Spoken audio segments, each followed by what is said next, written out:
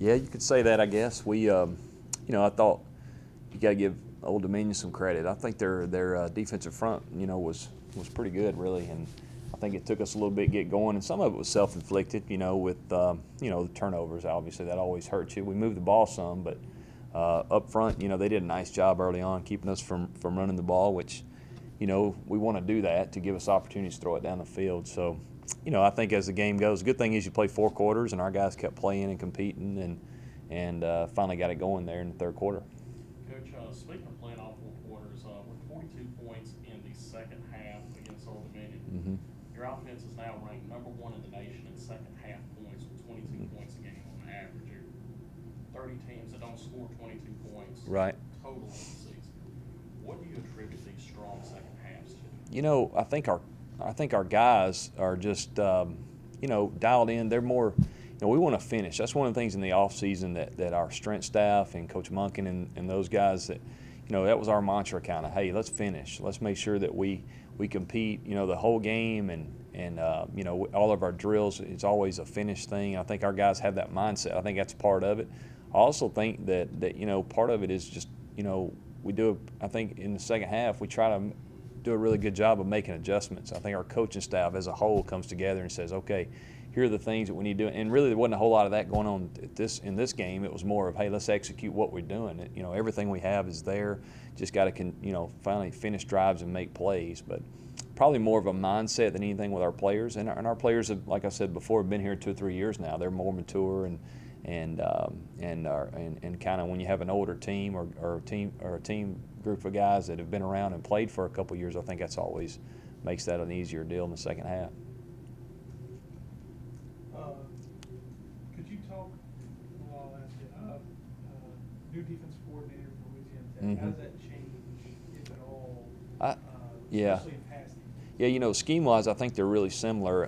Do a lot of the same things. I think the defensive coordinator there learned under Manny Diaz, or worked with him for sure. I know. So I think scheme-wise, they're not a lot different. Obviously, everybody has a different personality on how they call the game and what they like to do in certain situations. I think it's important for us to try to look into that. But at the end of the day, I think we have to play well and do the things that we do well, and they'll do the same on their end. Maybe a couple wrinkles here and there on both sides, but at the same time, it comes down to this time of year what our players are capable of doing and what we do well, and hopefully play really well, not turn it over, and run the ball well and be good on third downs and good in the red zone. If we do those things, I think we'll have a chance to win.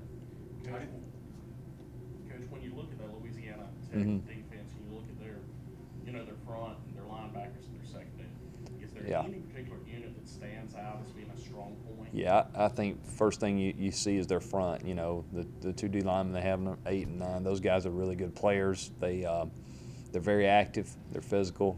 They played, at least since I've been here. They were here last year, so got a lot of experience.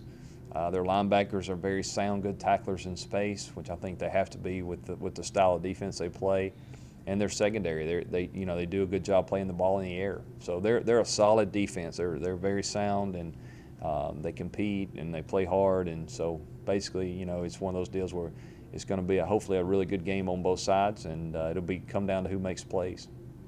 Bryson Abraham is their number 1 cornerback. How do you think he can stop Mike Thomas if he's on Mike Thomas? Yeah, I don't. I hope he doesn't, to be honest with you. But he's a really good player. There's no doubt. One of the better players probably in our league. So I think it's one of those things where Mike's going to have to make some contested catches, which college football is really about that. No guy's really running wide open. So it's going to come down to Mike making plays, but not just Mike. Our whole offense needs to play well and complement each other like we've done most of the year. There were several individual records set the other night. You can keep up with that kind of thing. You don't. I mean, not to say that I don't respect the history of our program and those kind of things, but it's when you're coaching it, you're so locked into just preparing and trying to, and you don't want to take your mind or distract yourself from what's the most important thing, which is putting together a great plan. I think those are things that we kind of look at after the season.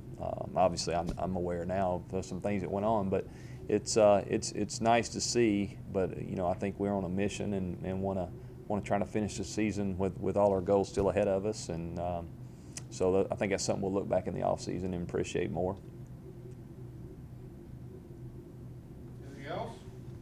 All right. Y'all have a good one.